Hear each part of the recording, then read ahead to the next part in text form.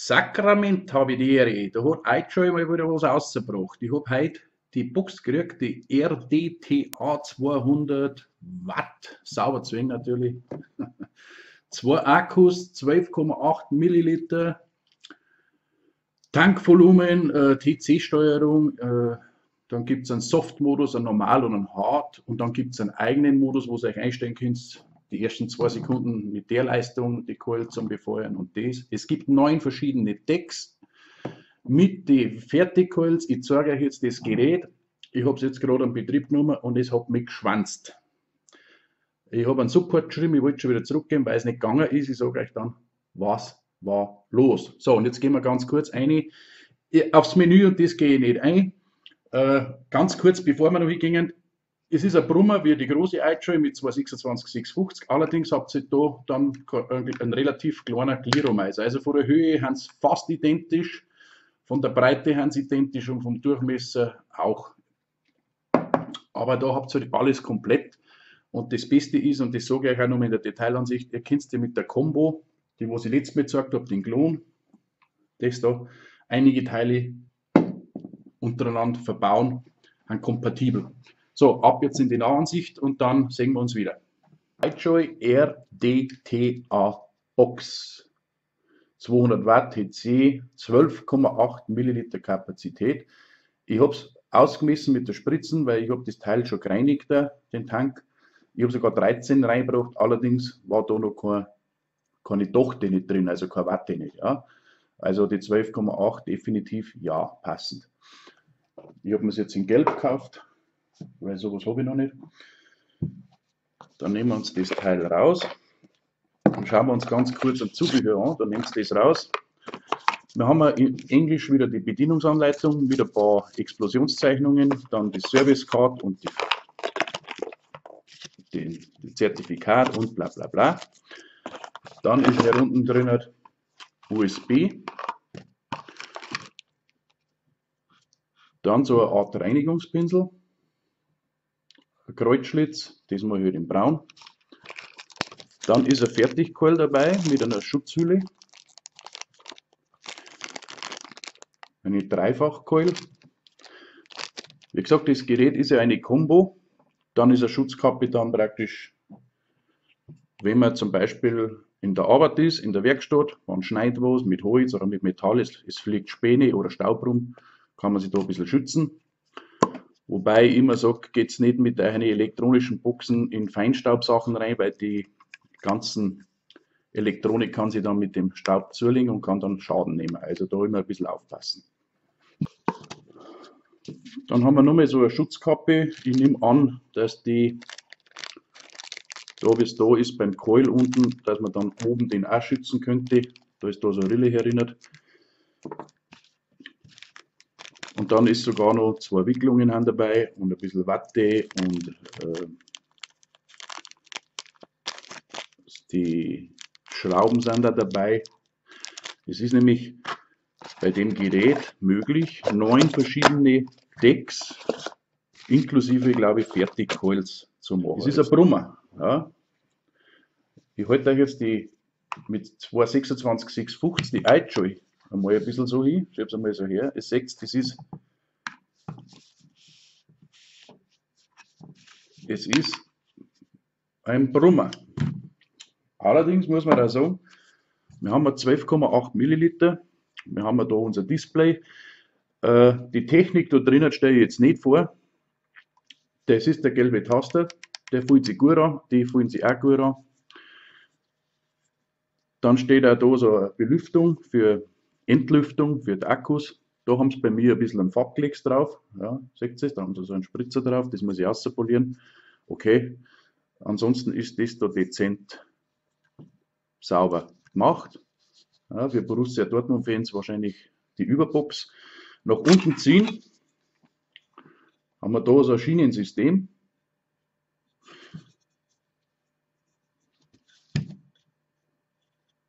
Seht man es da? Die 2 Schienen da oben, die müssen da reinlaufen. Und da oben sind beidseitig diese Schnapper, dass man praktisch, also die Box immer so rauf, geht da schon streng, also da wackelt schon nichts mehr und dann schnackelt es ein. Ja, Klick. Und da wackelt nichts, auch keine Taster, schaut her, ich kann schütteln und schütteln und schütteln.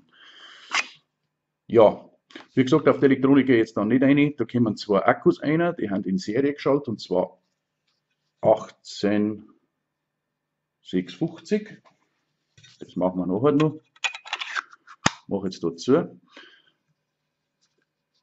So, und jetzt komme ich gleich, was mir so gefällt, das ist ja wie gesagt die Firma iJoy und ich habe ja, da gibt es ja die Combo, beziehungsweise ich habe euch den Klon von der Combo vorgestellt. Ja. Und genau da haben dieselben Aufnahmecoils drin und die Decks. Das heißt, wir haben, wer die Combo schon kennt, wir haben da das zum Einstellen, die Airflow auf beiden Seiten. Wir haben, das ist aufgeschraubt. Das Teil kann man auch wieder bei der Combo runter tun. Also alles gleich. Zwei O-Ringe, Velocity Deck. So.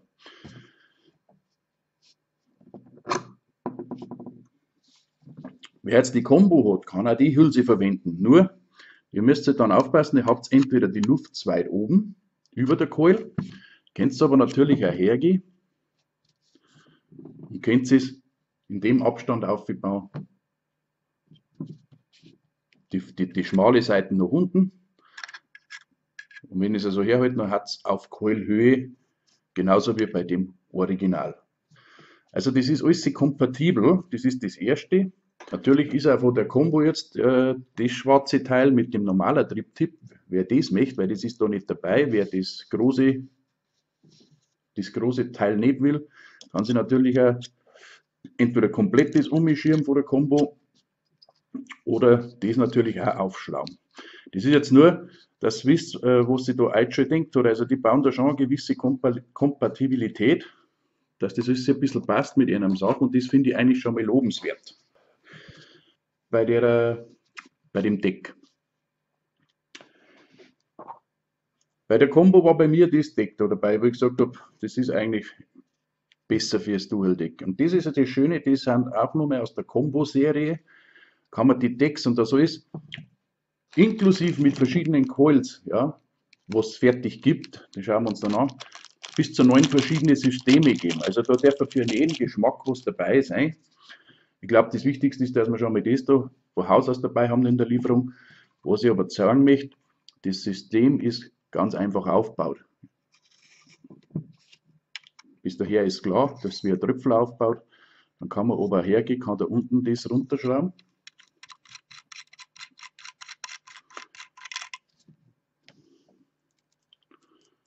Und dann kann man das Teil, egal in was für Richtung, rausdrehen, bis es rausfällt.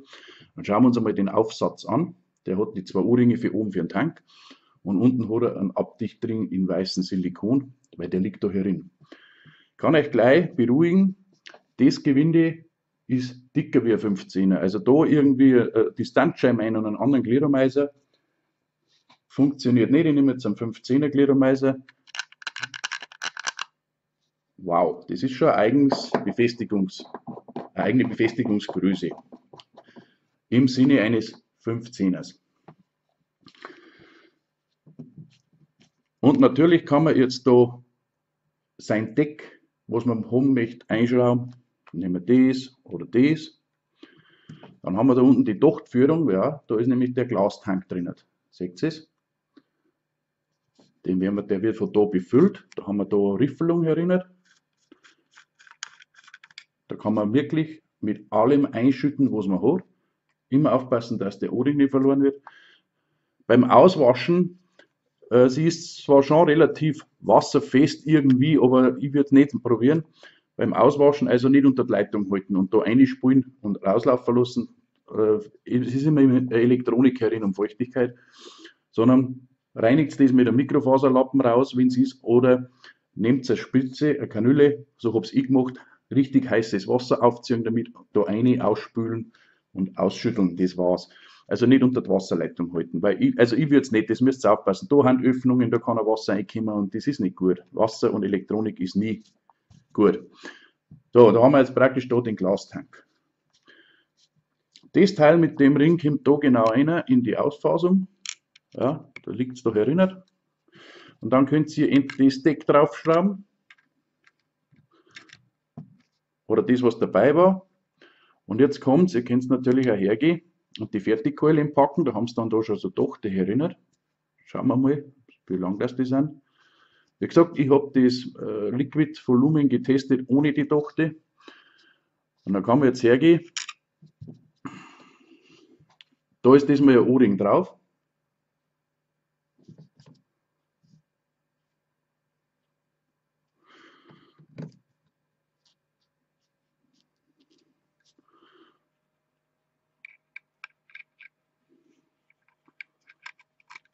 So, dann müssen wir schauen, dass wir die Watte wegbringen vom Gewinde. Dann beißen wir es uns ein bisschen an, das hält. Und dann suchen wir uns was und schauen wir, dass wir die Watte da reinbringen.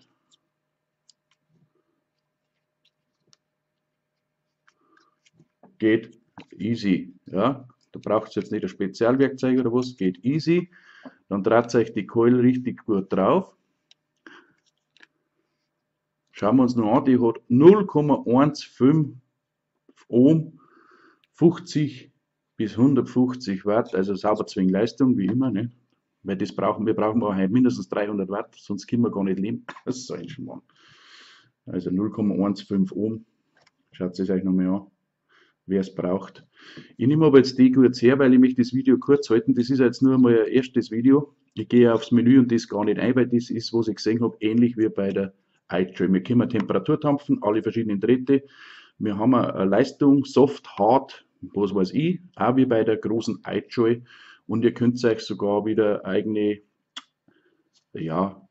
Leistungskurven eingeben.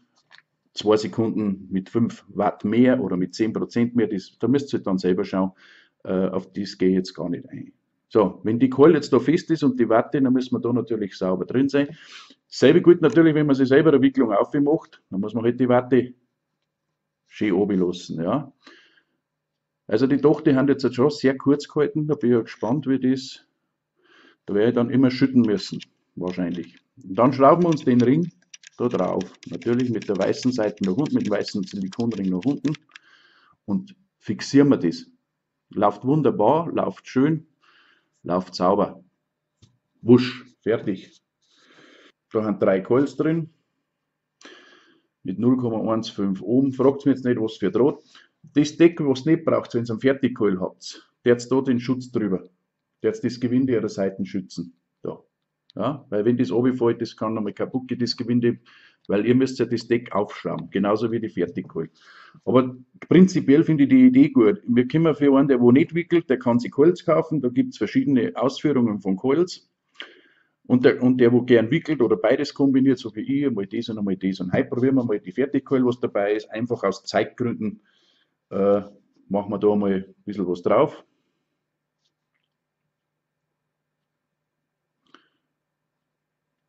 Lassen wir das einmal einsaugen und dann fülle ich mal den Tank ein bisschen an. Da brauche ich jetzt nur ein Gießkandel, da haben die Flaschen eigentlich zu klein. Schaut mal her. Jo. Oh. Wie gesagt, ich habe es vorher beim ausgeliefert, da war aber jetzt keine Watte noch nicht drin. Da habe ich 13 eingebracht, dann war es aber randvoll. Das Gewinde steht aber nicht über. Also das müsst ihr hübsch plan abschließen. Das heißt, selbst wenn ihr ganz randvoll macht und druckt und schraubt das ein, dürft ihr es normalerweise nicht außerpatzen von der Seite. Also rauskommen von der Seite, weil da eine Verdrängung stattfindet, sondern das müsst ihr hübsch planen, aber das sehen wir jetzt gleich. Nee, dann greift er der O-Ring und dann zieht es leicht und handfest an. Ja? Nicht anziehen wie die Iren. Und auch wenn es jetzt eine elektronische Box ist bei 0,15 Ohm, der jetzt da ein bisschen High-Drain-Akkus rein. Ja, nicht irgendwelche Panasonic normal. Die Pole unten ist, der Erinnere ist Minus unten, ist alles schön anzeichnet. Unten rauf, reinklicken. Und beim anderen müsst ihr aufpassen, dass ihr Plus unten auch ein bisschen schräg randrücken, rein. Also geht einwandfrei. Und da sehen wir auch schon. Ich zeige euch nur kurz das Logo, tue ich nochmal schnell raus. Moment. Schauen wir mal, ob ich schnell genug bin. RDTA-Box, iJoy. Ja, das ist das Logo. So, was war los? Ich habe Akkus rein, dann hat es mir das Display angezeigt, aber ich habe keine Funktionen nicht gehabt. Dann habe ich umeinander da, aus- und einschalten, dann ist es einmal gegangen, dann ist es einmal nicht gegangen. Scheiße, der Chip ist hin. Dann habe ich probiert, weil beim Start sagt euch die Versionnummer, da ist jetzt 1.0 drum und die kann man upgraden. Dann habe ich versucht, die mit dem Computer zu verbinden. Hat es immer geheißen vom Computer, das Teil ist nicht kompatibel oder das ist defekt. Und irgendwo bin ich auf die Idee gekommen, ich muss auch sagen, und das gilt jetzt für alle elektronischen Geräte, für alle Boxen. Ich habe den Fehler gemacht, was man normal nicht machen soll. Das Gerät ist unterwegs gewesen von China daher, was weiß ich, draußen bei Minusgraden umeinander gelegen bei uns. Dann ist einer gekommen bei mir in die warme Stube, ich habe es auspackt, habe es kurz ein wenig angeschaut, habe den Tank ausgewaschen und, mehr brauchst du da nicht machen. Und dann habe ich die Kamera eingeschaltet. Und dann habe ich aber schon gemerkt, dass anscheinend durch den Temperaturunterschied von 30 Grad oder was, wenn es draußen Minusgrade hat, herin habe ich 20, 21 Grad, sollte man so machen wie mit einem Computer, mit einem Fernseher, mit allen anderen elektronischen Teilen, wo ein Chip drin ist, wo Feuchtigkeit entstehen kann durch große Temperaturunterschiede. Ja? Dann habe ich einen Support-Disk geschrieben, dass ich keine Funktion nicht habe, dass ich nicht ins Menü rein kann, dass ich keine Verbindung mit dem PC und. Da wird morgen erst die Antwort kommen. Also nochmal. Weißt aber nicht, dass ich jetzt das auch so machen soll. Jetzt lasst das Gerät 2-3 Stunden akklimatisieren, jetzt um die Jahreszeit. Im Sommer ist das was anderes oder im Frühjahr, im Herbst. Ja. Lasst es akklimatisieren. Ich habe nämlich eins da, ich habe es da eine Stunde auf einen Heizkörper gestellt, der ist aber nicht recht heiß bei mir, sondern normal warm. Nach einer Stunde rein da und jetzt rennt die Mühle. Und zwar ohne Ding. Also da war Feuchtigkeit, dann war anscheinend irgendwo Widerstand oder dann hat sie, was weiß ich, dann hat halt einfach die Feuchtigkeit hat da auf die elektronischen Bauteile Verwirrung eingebracht. Mehr brauchen wir dazu nicht sagen. Also generell, wenn ihr so Boxen kriegt, egal welche Boxen, wo Elektronik drin ist, und die kommen von draußen rein, ihr wisst ja nicht, beim Paketdienst, die haben Lagerhallen, die haben da nicht geheizt. Ja? Die haben Lagerhallen, da hat es auch Minusgrade oder 0 Grad. Dann in die Autos hinten in der Ladefläche ist auch nicht immer kurz. Dann fährt der stundenlang bei winterlichen Temperaturen und dann kommt das zu euch rein. Da ist Metall drin, braucht man nicht drin. Passt da bitte auf. Ich war schon stinkesauer, ich habe gekocht, aber jetzt muss ich sagen, gefällt mir das Gerät. Es ist groß, aber ich bin die anderen eben auch gewohnt, das muss man wissen, aber man hat alles dabei. Ja? Und wenn es irgendwo hingeht, wo es arbeitet, Sogschorten, Späne, Feinstaub, nehmt euch den Pariser mit. Ja? Der hat euch aber gerade so weit, bis die Airflow Tonoptik ist, weil, wenn es ganz oben jetzt, kann sogar jetzt passieren, dann geht euch das Deck mit ober. Dann geht er schwer ober, also nur bis zur Airflow. Die Keulen 0,15 Ohm, die habe ich jetzt bei 47 Watt, das sind 2,56 Volt, das ist natürlich nichts, ja, die geht ja wesentlich weiter, aber mir gelangt das. Und man kann das auch dampfen und man kann, naja, sehr viel Sachen da testen. Sei es mit Fertigholz, wenn man nicht wickeln mag, sei es mit Eigenentwicklungen. Da steht euch nichts im Weg. Wenn die Dochte so kurz sind, das ist ja so, die Box, man hält sie nicht immer genau waagerecht. Ja, man hat es einmal schief oder was, dann kommt die Flüssigkeit, wenn sie so ist. Wer da nicht sicher ist, dass das so ist, müsste die Dochte um 5 mm oder was länger machen, dass wir es runtergingen. Dass immer einen Liquid-Nachfluss habt. Ich habe bis jetzt keine Probleme mit der Originalkeule, die macht ihren Dienst. Technische Messwerte, wendet euch da an den Obi, Dirk Oberhaus, den kennt jeder von euch. Der messt die Dinger auch durch. Subjektiv kann ich sagen, wenn ich jetzt natürlich runtergehe auf, sage ich mal 22 Watt bei 1,6 Volt, kommt der Lifterl, gehe auf 30 Watt,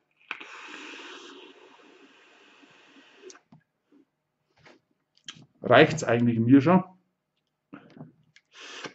Die Airflow nur ein bisschen anders einstellen. So, jetzt. Die kann man fast ganz schließen, ja.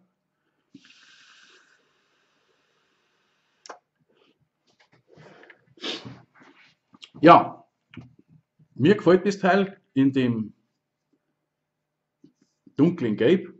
Schwarz passt wunderbar. Vielleicht hätte der Knopf auch noch schwarz gehört, aber durch das, dass man den halb schraubt, ist es vielleicht besser so, bevor die schwarze Farbe runtergeht. Dann nur ein kleines Feature, nicht, dass ich es vergesse. Ich mache da kurz einmal aus. Wir haben da zwei Sichtfenster für den Tank. Und beim Betätigen, das kennt man von einem anderen Gerät, also ihr betätigt 1, 2 und für 2 Sekunden ungefähr bleibt die Beleuchtung, da könnt ihr das Tankvolumen anschauen und das funktioniert recht gut. Jo. Mädels und Jungs, ich bin zwar kein Borussia Dortmund-Fan, aber ich wünsche euch trotzdem was. Danke fürs Einschalten und bleibt brav, dass ich nichts her für euch. Gell? Viert euch.